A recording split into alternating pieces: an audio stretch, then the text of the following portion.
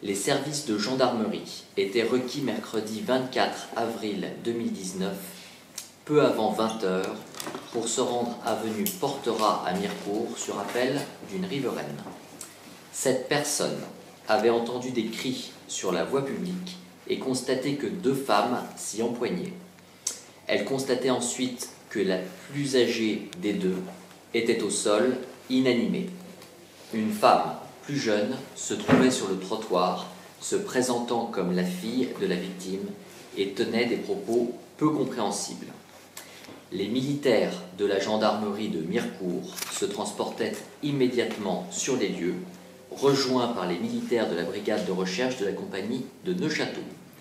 Le parquet saisissait cette unité de la suite des investigations du chef de meurtre sur ascendant et le procureur de la République d'Épinal se transportait sur place également.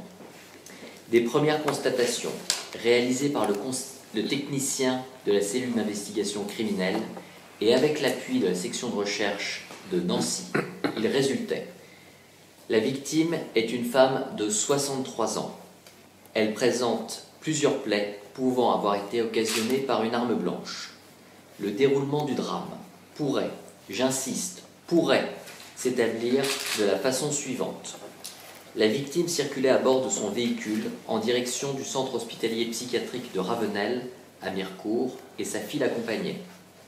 À quelques centaines de mètres du centre hospitalier, une altercation aurait débuté entre les 2 femmes dans le véhicule, au cours de laquelle la fille portait des coups de couteau à sa mère. Le véhicule s'arrêtait et les 2 femmes en descendaient.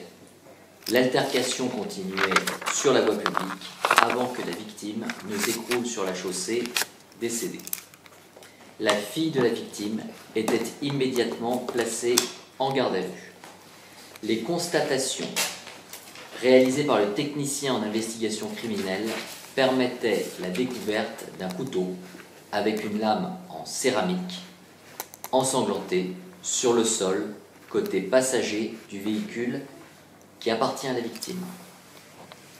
Un expert psychiatre était requis dès jeudi matin pour rencontrer la personne placée en garde à vue. Cet expert estimait notamment que cette personne présentait un état dangereux pour autrui et elle-même, compte tenu de sa détresse et de son risque suicidaire. Deuxièmement, son état nécessitait des soins psychiatriques sous contrainte.